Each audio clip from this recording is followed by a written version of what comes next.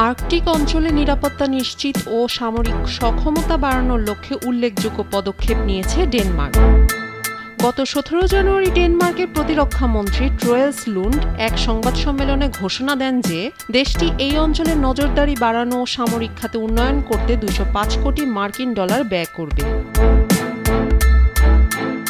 ডেনমার্কের এই উদ্যোগের পেছনে অন্যতম কারণ হিসেবে বিশেষজ্ঞরা মনে করছেন মার্কিন প্রেসিডেন্ট ডোনাল্ড ট্রাম্পের সাম্প্রতিক কর্মকাণ্ড।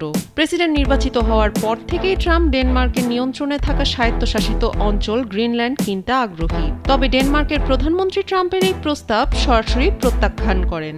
এ নিয়ে কূটনৈতিক টানাপোড়েন চললেও ট্রাম্প কোনোভাবেই গ্রিনল্যান্ডের মালিকানা দাবি থেকে সরে আসেননি। ডেনমার্কের সামরিক পরিকল্পনায় 3টি নতুন জাহাজ মোতায়েন, 2টি দূরপাল্লার ড্রোন এবং স্যাটেলাইট স্থাপন অন্তর্ভুক্ত। প্রতিরক্ষা মন্ত্রী লুন্ড জানান, এই পদক্ষেপ শুধু সামরিক শক্তি বাড়ানোর জন্য নয়, বরং আর্কটিক অঞ্চলে ডেনমার্কের উপস্থিতি নিশ্চিত করতে গুরুত্বপূর্ণ ভূমিকা রাখবে। একই সঙ্গে চলতি বছরের শেষে সামরিক বাজেট আরও বাড়ানোর পরিকল্পনার কথাও জানান তিনি।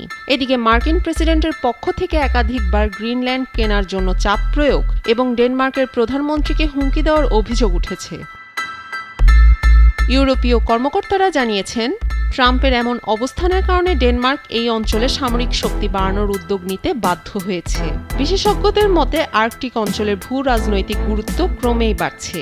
ফলে গ্রিনল্যান্ড নিয়ে উত্তেজনা কেবল যুক্তরাষ্ট্র ও ডেনমার্ক নয়, বরং আন্তর্জাতিক পর্যায়েও আলোচনা কেন্দ্রবিন্দুতে রয়েছে।